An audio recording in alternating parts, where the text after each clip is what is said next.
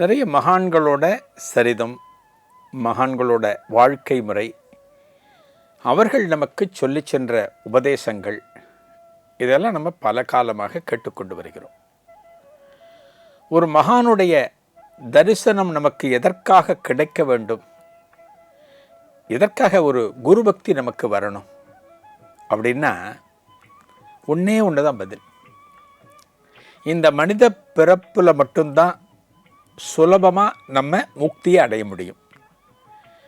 அந்த முக்தியை அடைவதற்கு உண்டான சில உபாயங்கள் அப்படின்னா நேர்மையாக வாழ்வது, உண்மையை பேசுறது, தான தர்மங்கள் செய்கிறது, மற்றவர்களுக்கு பரோபகாரம் செய்வது, இப்படிலாம் வாழ்ந்தாலே போகிறோம்.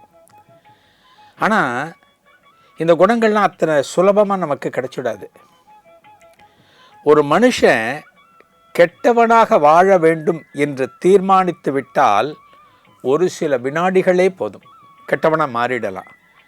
ஆனால் நல்லவனாக வாழணும்னு நினச்சான்னா எப்போ அந்த வாழ்க்கை அமையும் சொல்ல முடியாது. அந்த வாழ்க்கை அமைவதற்குத்தான் குரு பக்தி வேணும், மகான்களோட அணுக்கம் நமக்கு வேணும் அப்படிங்கிறது. அதனால தான் இந்த குருவே சரணம் நிகழ்ச்சியில் பல மகான்களை பற்றி நாம் தெரிந்து கொண்டு வருகிறோம். இன்றைய நிகழ்ச்சியில் நம்ம தரிசனம் பண்ண போகிற மகான் திருவாரூர் தட்சிணாமூர்த்தி சுவாமிகள். இவருக்கு அருணாச்சலம் சுவாமிகள்னு ஒரு பேர் உண்டு. திருவாரூரில் என்ன பிரசித்தம்? தியாகராஜர் ஆலயம். தியாகராஜர் ஆலயம் எந்த அளவுக்கு பெருசு நமக்கு தெரியும். திருவாரூரில் இருக்கிற சிவன் கோவில் அப்படிங்கிறது பெரும் கோவில் என்று சொல்லப்படுகிறது. சிதம்பரத்தில் இருக்கிற நடராஜர் ஆலயம் கோவில் என்று சொல்லப்படும், திருவாரூர் பெரும் கோவில் என்று சொல்லப்படும். இந்த திருவாரூரில் தான் வன்மீகபுரம் என்கிற மடப்புறம் பகுதியில் இந்த தட்சிணாமூர்த்தி சுவாமிகளுடைய சமாதி இருக்குது. திருவாரூரில் தான் இவருடைய சமாதி இருக்குது. எந்த அளவுக்கு தியாகராஜர் திருவாரூரில் பிரபலமோ அந்த அளவுக்கு தட்சிணாமூர்த்தி சுவாமிகளும் பிரபலம். என்ன காரணம் தெரியுமா? இந்த தட்சிணாமூர்த்தி சுவாமிகள் திருவண்ணாமலை அண்ணாமலையாரே தட்சிணாமூர்த்தி சுவாமிகளாக அவதரித்தார் என்று சொல்லப்படுவதுண்டு. அப்படின்னா இவரை பற்றி நம்ம ஓரளவு புரிஞ்சுக்க முடியும். இந்த மகானை பற்றி தான் நம்ம இப்போ பார்க்குறோம். சிவசிதம்பரம் பிள்ளை, மீனாம்பிகை, இந்த தம்பதியருக்கு மகனாக பிறந்தவர்தான் அருணாச்சலம். யார் அருணாச்சலம்? தட்சிணாமூர்த்தி சுவாமிகள். அவருடைய பூர்வாசிரம பெயர். அப்பா அம்மா வச்ச பேர் அருணாச்சலம். திருவண்ணாமலை அருணாச்சலேஸ்வரரது ஆசிகளோடு பிறந்த காரணத்தினால அவருக்கு அருணாச்சலம் அப்படின்னு பேர் வச்சாங்க. ஆனால் இந்த அருணாச்சலம் தான் அந்த அருணாச்சலேஸ்வரர் அப்படிங்கிறது தெரிஞ்சுக்கிறதுக்கே கொஞ்ச நாள் ஆச்சு. இந்த குழந்தை பிறந்து, அருணாச்சலம் பிறந்து சில காலம், சில வருடம் வரை பேசவே இல்லை. இப்போ ஒரு குழந்தை பிறக்குதுன்னு வச்சுங்களேன்.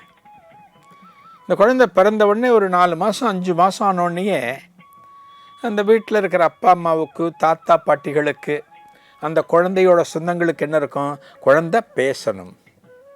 குழந்தை எடுத்தோன்னு என்ன பேசும்? அம்மாங்கும், பாங்கும், அத்தேங்கும், ஏதோ 1-2 வார்த்தைகள் சொல்லும். அந்த 1-2 வார்த்தைகளை குழந்தை சொல்கிற போதே பெற்றவர்களுக்கும் மற்றவர்களுக்கும் உற்சாகம் கரை புரண்டோடும். குழந்தை என்னமா பேசுறது பார், குழந்தை அம்மான்னு சொல்கிறது பார் அப்படின்னு ஆச்சரியமாக பார்ப்பாங்க. குழந்தை பேசணுங்கிறதுல எல்லாருக்குமே ஒரு ஆர்வம் இருக்கும். ஆனால் இந்த அருணாச்சலம் பிறந்தது முதல் பேசவே இல்லை, பேசவே இல்லை, எந்த பேச்சும் கிடையாது. அப்படின்னா யோசிச்சு பாருங்கள், அந்த அப்பா அம்மாவுக்கு எந்த அளவுக்கு மனசில் கவலை, ஆதங்கம், வருத்தம் எல்லாமே இருக்கும் இந்த அப்பா அம்மாவுக்கு. என்னடா குழந்தை பேசும்னு பார்க்குறோம், ஒவ்வொரு நாளாக ஓடுது, ஆனால் குழந்தை பேசவே இல்லையே, வருஷமாச்சே அப்படிங்கிற கவலையில் சிவசிதம்பரம் பிள்ளையும் அந்த மீனாட்சியும் இருக்காங்க.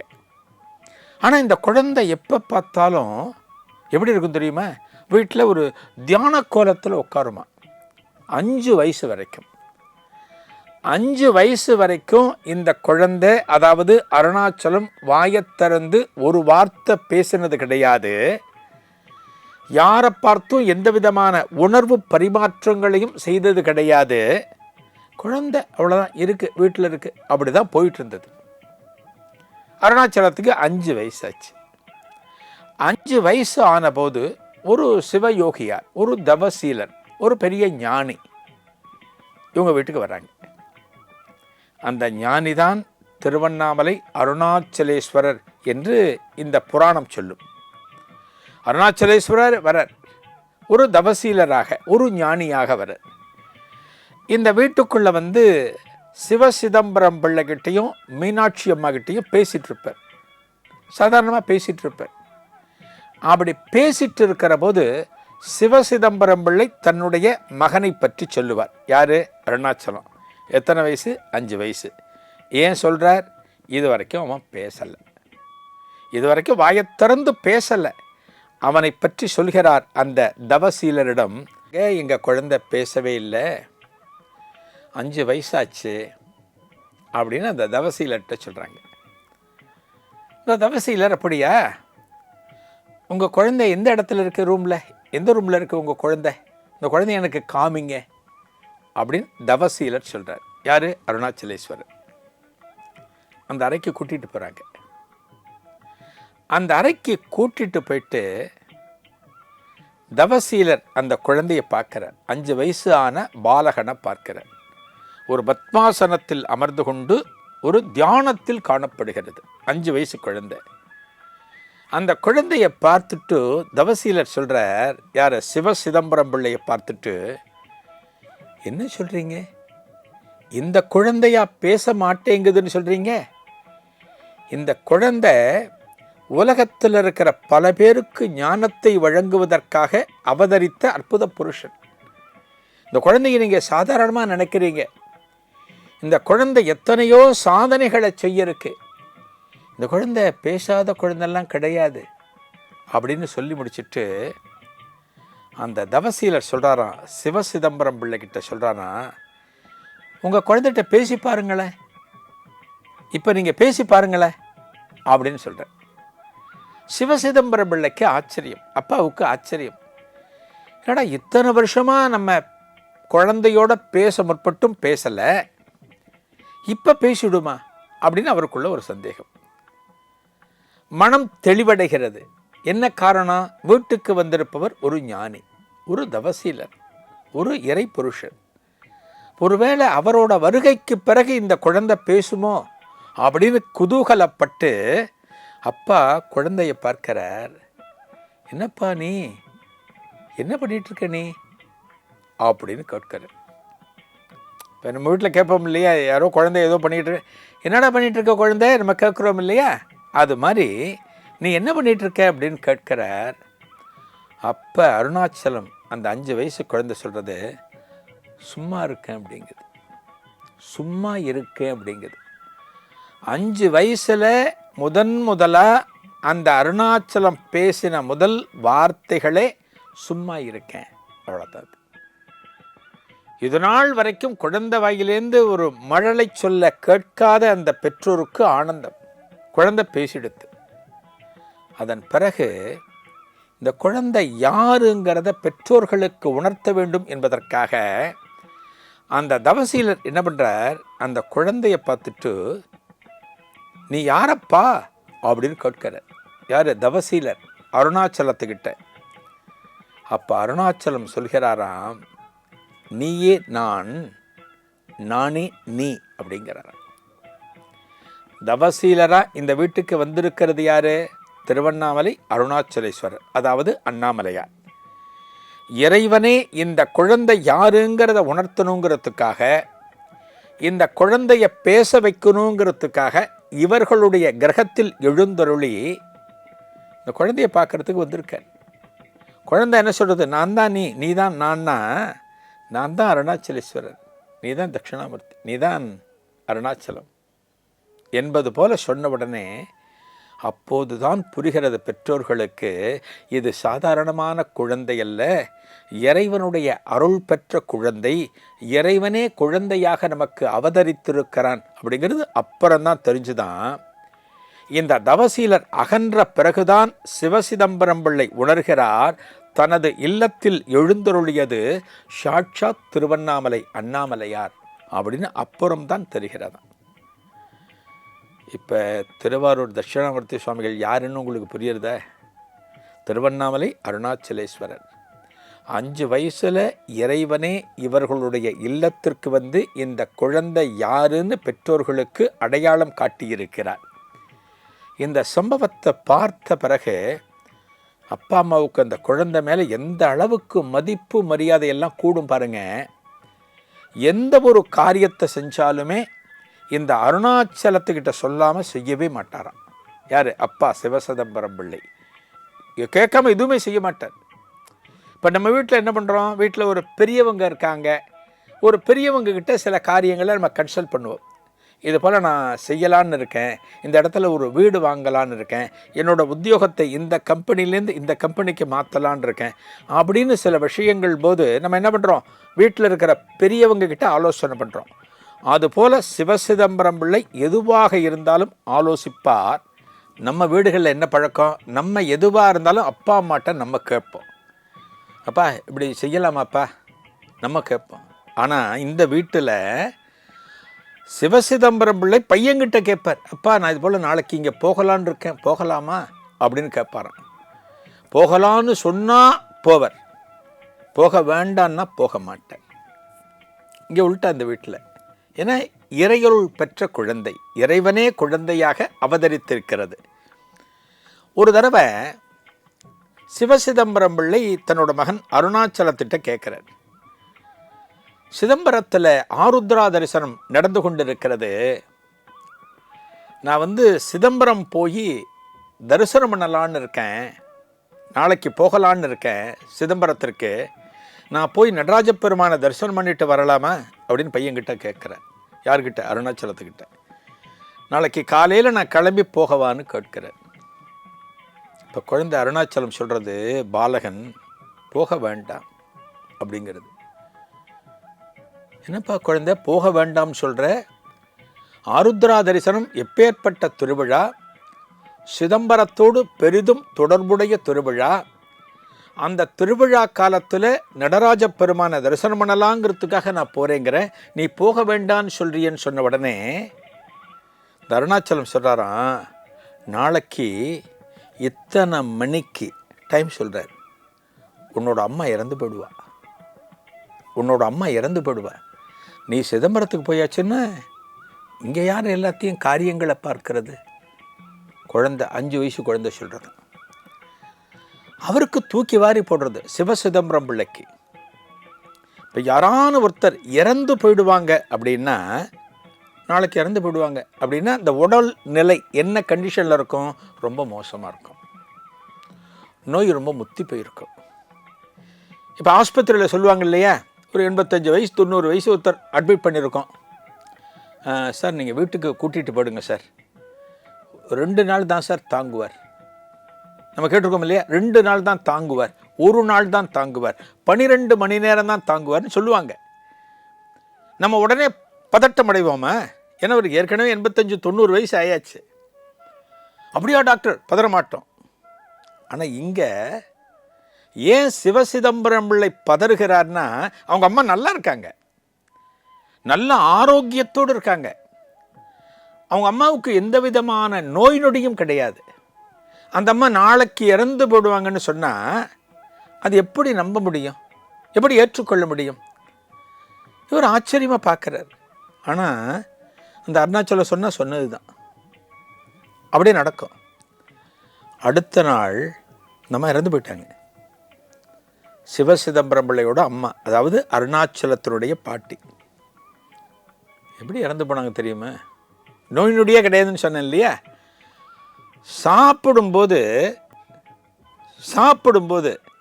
அந்த உணவுத்துகள் புறையேறி ஒரு விக்கல் அந்த மாதிரி இறந்து போயிட்டாங்க. நம்ம இன்றைக்கி சொல்கிறோம் இல்லையா, சாப்பிட்றப்ப நிதானமாக சாப்பிட்ணும். உயிர் எப்படி போகும் சொல்ல முடியாது. அவசரமாக நம்ம அள்ளி அள்ளி சாத்த போட்டோன்னா அது செரிமான குழை போகாமல் வேறு எங்கேயானு போயாச்சுன்னா அடைச்சிக்கிட்டதுன்னா ரொம்ப ஆபத்துகள்லாம் நிறைய உண்டு. அதுபோல் அந்த அம்மா இறந்து விட்டார்கள்.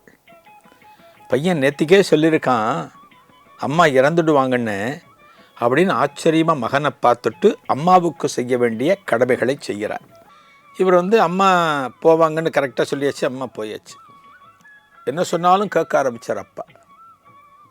ஒரு நாளைக்கு சிவசிதம்பரம் பிள்ளை தன்னுடைய இளைய மகன்னா யார்? நம்ம அருணாச்சலத்தோட தம்பி. அவரை பள்ளிக்கூடத்தில் சேர்க்கிறார், ஸ்கூலில் சேர்க்கிறார். அப்பா அருணாச்சலம் சொல்கிறார், அப்பா என்னையும் பள்ளிக்கூடத்தில் சேருங்க அப்படிங்கிறார். அப்படி அப்பா வாப்பா உன்னையும் சேர்க்குறேன். அவரையும் கூட்டிகிட்டு போகிறார், பள்ளிக்கூடத்தில் சேர்க்குறார். இந்த பள்ளிக்கூடத்தில் பாருங்கள், ஒரு பத்மாசனத்திலே உட்காந்துருப்பாராம். யார்? அருணாச்சலம். பாடபுஷத்தையும் கையில் வச்சுட்டு இருப்பாராம். கண்ணை மூடி தியானத்தில் இருப்பார். அவரோட வாத்தியார் கேட்பார், ஆசிரியர் கேட்பார், ஏப்பா பாடலாம் படிக்கிறியாப்பா, கண்ணை மூடிட்டே இருக்கியப்பா, இந்த பாடத்தெல்லாம் படிச்சுட்டியா, இதெல்லாம் படிக்க சொன்னேனே அப்படின்னு கேட்கும்போது, எல்லாம் படிச்சுட்டேன், நீங்கள் என்ன கேள்வி வேணாலும் கேளுங்க அப்படின்னு அந்த பாட புத்தகத்திலிருந்து கேட்கிற கேள்விகளுக்கு பதிலை சொல்லுவார். அப்படியே கடன்னு சொல்லுவாராம். இந்த ஆசிரியருக்கு ஆச்சரியமாக இருக்கும்.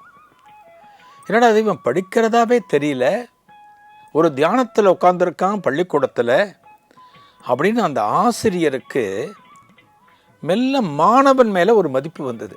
உள்டாவா பாருங்க, இப்போ ஒரு வாத்தியார் மேலே தான் ஒரு பையனுக்கு மதிப்பு மரியாதை வரணும். நம்ம குரு நமக்கு பாடம் சொல்லி கொடுக்குறார் அப்படின்னு வரும். இங்கே பார்த்தீங்கன்னா அந்த ஆசிரியர் மாணவனாக இருக்கக்கூடிய அருணாச்சலத்தின் மேலே ஒரு பக்தி மரியாதை வைக்கிறார். இன்னும் ஒரு சம்பவம். வாத்தியார் ஒரு நாளைக்கு ஸ்கூலில் பாடம் நடத்திட்டு இருக்கார். அருணாச்சலம் வகுப்பறையில் இருக்கான். அப்போ பாடம் நடத்தி கொண்டிருக்கிற போது திடீர்னு அருணாச்சலம் சொல்கிறார் ஆசிரியரை பார்த்துட்டு, சார் உங்கள் குழந்தை திண்ணையிலேருந்து கீழே விழுந்து கை முறிஞ்சு போச்சு, நீங்கள் உடனே வீட்டுக்கு போங்க அப்படிங்கிற. குழந்தை அவரோட 2 தெரு தள்ளி இருக்குது, பள்ளிக்கூடத்தில் 2 தெரு தள்ளி இருக்குது. திண்ணையிலேருந்து குழந்தை கீழே விழுந்துடுச்சு, கை முறிஞ்சு போச்சு, உடனே ஓடுங்க அப்படின்னு குழந்தை சொல்கிறது. ஆசிரியருக்கு அருணாச்சலத்தை பற்றி தெரியும். உடனே ஓடுகிறார். ஓடுகிற போது ஐத்தாப்பில் அவங்க வீட்டில் இருக்கிற ஒரு வேலையால் ஒருத்தர் ஓடி வர, சார் உங்கள் குழந்தை திண்ணையிலேருந்து கீழே வந்துடுச்சு தகவலை சொல்கிறார். போகிறார், குழந்தைக்கு சிகிச்சை பண்ணி முடிக்கிறார், பள்ளிக்கூடத்துக்கு வரார். அருணாச்சலத்தை பார்த்து கையெடுத்து கும்பிடுறார், அவனுக்கு நமஸ்காரம் பண்ணுறார்.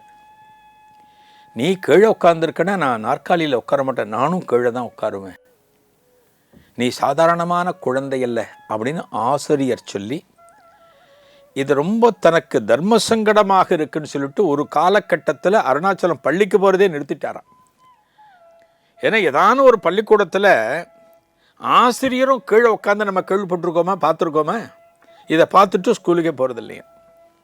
கொஞ்ச நாள் கழித்து, சில வருடங்கள் கழித்து அப்பா அம்மாலாம் இறந்துட்டாங்க.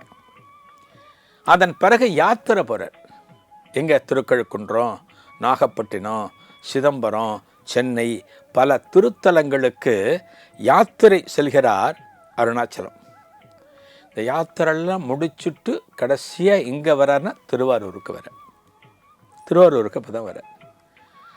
திருவாரூரில் பல இடங்களில் சுற்றியவர் கடைசியாக எந்த இடத்துல உட்காருகிறார்னா, வன்மீகபுரம் என்கிற மடப்புறத்தில் இருக்கக்கூடிய சோமநாத சுவாமி ஆலயத்தில் பல காலம் தங்குகிறார்.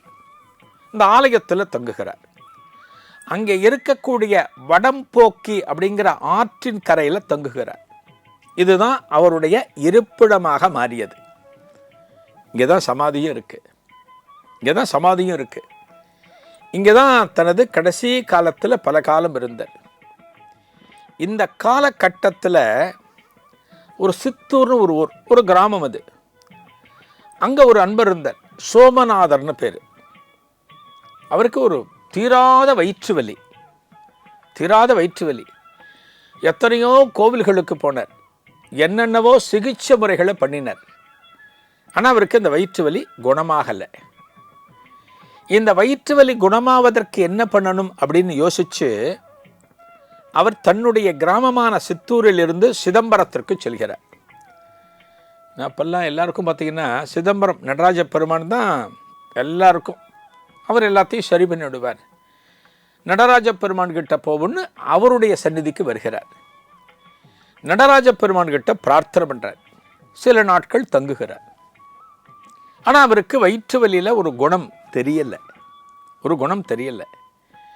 ஒரு நாளைக்கு இரவு நேரத்தில் ஒரு முடிவு எடுக்கிறார்.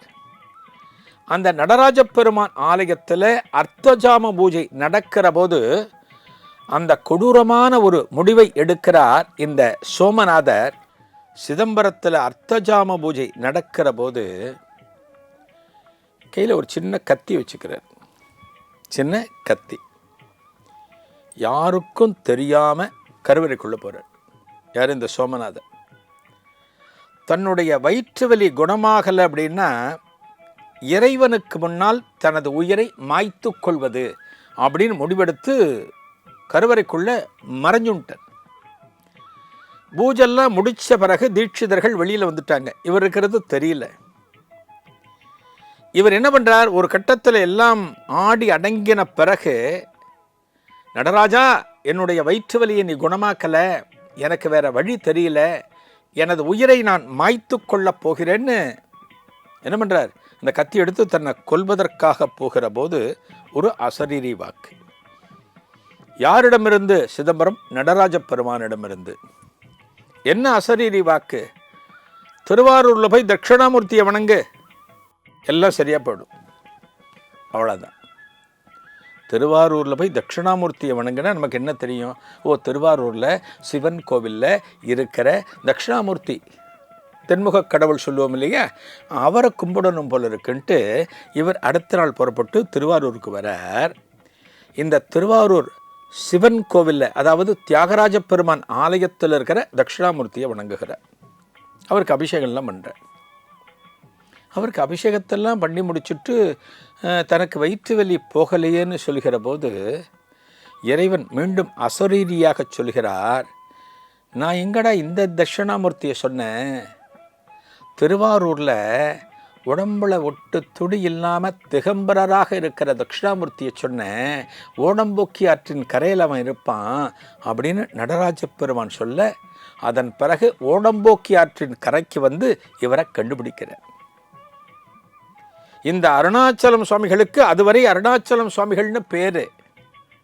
அவருக்கு தட்சிணாமூர்த்தின்னு பேர் வச்சது யாரு? சிதம்பரம் நடராஜ பெருமான். அதுலேருந்து அவர் பேர் தட்சிணாமூர்த்தி சுவாமிகள்னு ஆயாச்சு. இவரை வந்து பார்க்குறார். தட்சிணாமூர்த்தி சுவாமிகள் வீதியில் எங்கேயோ உட்காந்துருக்கார். ஏதோ அங்கே இருக்கிற சாப்பாட்டை எடுத்து சாப்பிட்டுட்டு இருக்கார். ரோட்டில் இருக்கிற சாப்பாடு மீதி யாரோ எரிஞ்சிருக்காங்க, அதை சாப்பிட்றார். அந்த சாப்பாட்டிலேருந்து கொஞ்சம் எடுத்து அந்த சோமநாதருக்கு கொடுக்குறார். சாப்பிடுங்கிறார், சாப்பிடுகிறார், வயிற்று வலி சரியாக போகுது.